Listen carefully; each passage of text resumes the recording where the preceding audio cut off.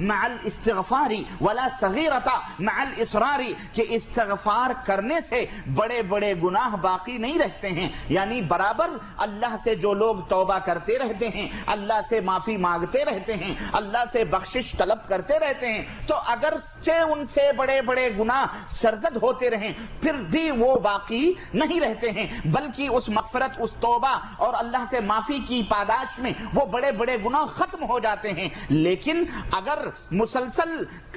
کوئی شخص صغیرہ گناہ کرتا رہتا ہے، صغیرہ گناہ کرتا رہتا ہے، تو حضرت عبداللہ ابن عباس فرماتے ہیں کہ مسلسل وہی گناہ کرتے رہنے سے چھوٹے چھوٹے گناہ بھی کبیرہ گناہ کی فہرست میں شامل ہو جاتے ہیں، بڑے بڑے گناہوں میں ان کا شمار ہونے لگتا ہے۔ پتہ کیا چلا کہ بڑے بڑے گناہ اگر ہم توبہ کرتے رہیں تو ان کی وقات ختم ہو جاتی ہے، اللہ انہیں معاف کرتا رہتا ہے، لیکن چھوٹے چھوٹے گناہ جو ہوتے ہیں اگر ہم اس سے توبہ نہ کریں اور ہم اس کے اوپر اصرار کرتے رہیں، مسلسل کرتے رہیں، تو حضرت عبداللہ ابن عباس فرماتے ہیں وہ بڑے بڑے گناہوں جیسے ہو جاتے ہیں۔ اس لیے مسلمانوں اللہ سے ڈرو اور سوچو کہ چھوٹے چھوٹے گناہ کے اوپر بھی ہمیشگی نہیں کرنی چاہیے، مداومت نہیں کرنی چاہیے۔ بتقاضائے بشریت اگر وہ خطا سرزد ہو گئی، وہ غلطی سرزد ہو گئی تو فوری طور پر اللہ رب العزت سے توبہ کرنا چاہیے۔ بہرحال گناہ چھوٹے ہوں یا بڑے ہوں، میں ان کی فہرست میں داخل نہیں ہونا چاہتا کہ کبیرہ گناہوں کی فہرست کیا ہے، صغیرہ گناہوں کی لسٹ کیا ہے، یہ کبھی کسی موقع پر انشاءاللہ تعالی موقع ملے گا تو میں اس کے اوپر روشنی ڈالوں گا۔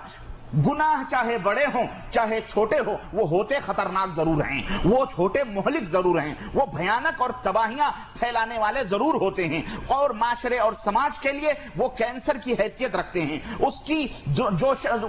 کی وجہ سے دنیا اور آخرت کے اندر تباہیاں پھیلنے کا اندیشہ ہوتا ہے۔ بہرحال وہ نہایت ہی نقصان دہ اور نہایت ہی ضرر رساں اور نہایت ہی مضرت پہنچانے والے ہوتے ہیں۔ بلکہ دنیا اور آخرت میں میں یہ کہوں کہ یہ دنیا اور آخرت میں جو پھیلی ہوئی بگاڑ نظر آ رہی ہے، جو فساد مچا ہوا ہے اور جو بگاڑ پیدا ہوا ہے، اس فساد اور اس بگاڑ کی تہ میں اگر کوئی چیز موجود ہے تو وہ گناہ ہے اور لوگوں کے اپنے بدعمالیاں ہیں، لوگوں کی اس کے برے اثرات ہیں، جس کی وجہ سے دنیا کے اندر فتنہ و فساد برپا ہے۔ چنانچہ آئیے تاریخ کے حوالے سے ہم دیکھتے ہیں، ابتدائے آفرینش سے لے کر جب سے یہ دنیا قائم کی گئی، جب سے سب سے پہلا انسان حضرت آدم علیہ السلام کی شکل میں اس کائنات کے اندر اللہ تبارک تعالیٰ نے پیدا فرمایا، جب سے لے کر اور آج تک اگر ہم تاریخ کا مطالعہ کرتے ہیں تو مجھے ذرا بتلایا جائے، اور آپ بھی ذرا چلو تاریخ کی میں آپ کو سیر کراتا ہوں، قرآن کریم کی سیر کراتا ہوں، اور نبی کریم صلی اللہ علیہ وسلم کے فرمودات کی سیر کراتا ہوں۔ وہ قرآن کریم جو کبھی جھوٹی باتیں اس کے اندر موجود نہیں ہیں، جو ہمیشہ سچی خبریں اور سچی باتیں بتلانے کے لیے اس کائنات میں آیا ہے، جس کے اندر پچھلی قوموں کی تاریخ موجود ہے۔ جب آپ اس قرآن کا مطالعہ کریں گے تو ذرا آپ بھی مطالعہ کر کے ہمیں بتلاؤ اور سوچو ذرا کہ اللہ تبارک تعالیٰ نے پچھلی تمام قوموں کا اس کے اندر اور ان کی ہلاکت و تباہیوں کا ذکر فرمایا ہے۔ اور میں پوچھنا چاہتا ہوں آپ سے، آپ بھی ذرا سوچو کہ آخر وہ کون سی چیز تھی، وہ کون سی بیماری تھی، وہ کون سی بلا تھی جس نے ہمارے اور آپ کے ماں اور باپ حضرت آدم اور حضرت حوا علیہ السلام کو لذت و راحت اور خوشی و مسرت کے ابدی مقام یعنی جنت الفردوس سے نکال کر رنج و غم اور مصیبت و پریشانی کے زلزل میں، مصیبت و پریشانی کی اس دنیا میں لا کر کے ان کو ڈالا۔ ذرا سوچو وہ کون سی چیز تھی، وہ کون سی بلا تھی، آخر وہ کون سی چیز تھی جس نے ابلیس کو آسمان کی بادشاہت سے نکال کر اسے دنیا کے اندر پھینکا، اور رب ذوالجلال کے دربار سے اسے دھتکار اور پھٹکار ملی اور اسے لعنتوں کا تمغہ عطا کیا گیا،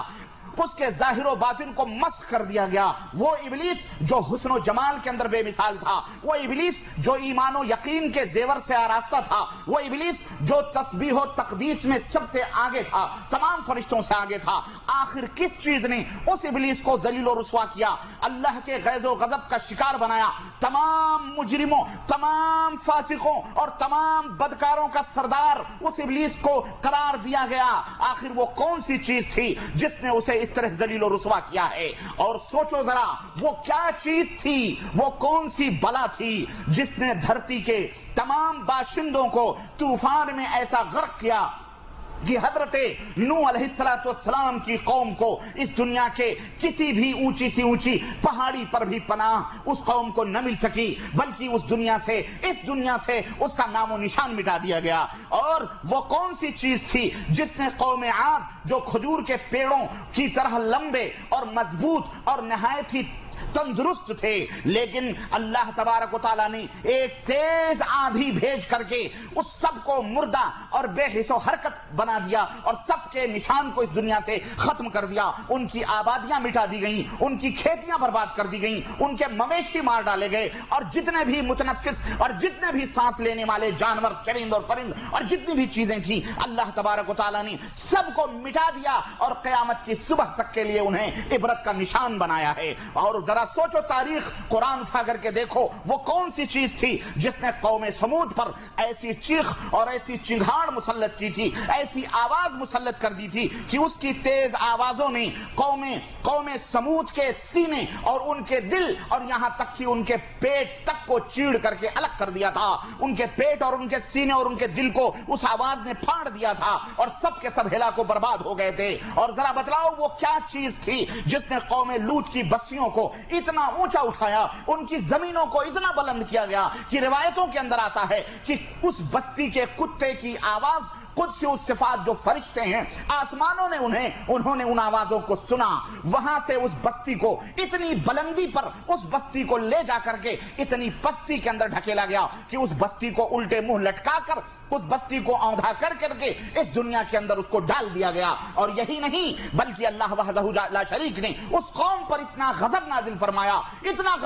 فرمایا، اس قوم لوط پر جو لواطت کے کام کرتی تھی کہ اللہ اکبر، صرف بستی کو پلٹنے ہی کے اوپر بس نہیں کیا گیا، بلکہ اللہ تبارک تعالیٰ نے آسمانوں سے ان کے اوپر نشان زدہ پتھر نازل فرمائے اور ان کے اوپر پتھروں کی بارش کی گئی۔ اللہ اکبر، ذرا بتاؤ وہ کون سی چیز تھی جس نے حضرت شعیب علیہ السلام کی قوم کے اوپر بادلوں کا عذاب لا کر کے مسلط کیا تھا، اور وہ بدلیاں اس قوم کے اوپر چھا جاتی تھیں اور اس کے بعد ان بدلیوں سے انگار نکلتے تھے، شعلے نکلتے تھے جو اس قوم کے جسم و جان کو جلا دیا کرتے تھے۔ اللہ رب العزت ان کے اوپر آگ کے گولے نازل فرماتا تھا۔ وہ کیا چیز تھی جس نے فرعون کو اور اس کی قوم کو دریا کے اندر زندہ غرق کر دیا تھا؟ ان کے جسموں کو پانی کی تہوں میں ڈال دیا گیا تھا اور ان کی روحوں کو جہنم کی وادیوں میں پھینک دیا گیا تھا۔ وہ کون سی چیز تھی جس نے قارون کو اس کے اہل و عیال اور اس کی جائیداد کے ساتھ ساتھ زمین کے اندر آج تک دھسنے پر مجبور کیا گیا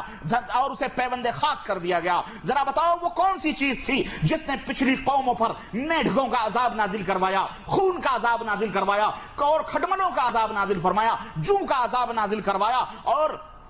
اللہ وحدہ لا شریک نے ان کے اوپر اپنا غیظ و غضب نازل فرمایا؟ وہ کون سی چیز تھی جس نے بنی اسرائیل کو، انہی یہودیوں کو، انہی نصرانیوں کو، انہی بنی اسرائیل کو اللہ تبارک و تعالیٰ نے اسی کائنات کے اندر خنزیر بنا دیا، انہیں سور بنا دیا، اور ان کے اوپر اللہ تبارک و تعالیٰ نے ایسی ذلت و رسوائی مست کر دی کہ قیامت تک کی صبح تک کے لیے ان کے اوپر ضربت علیہم الذلۃ والمسکنہ، ان کے اوپر ذلت و رسوائی مست کر دی گئی ہے۔ وہ بنی اسرائیل جسے اللہ وحدہ لا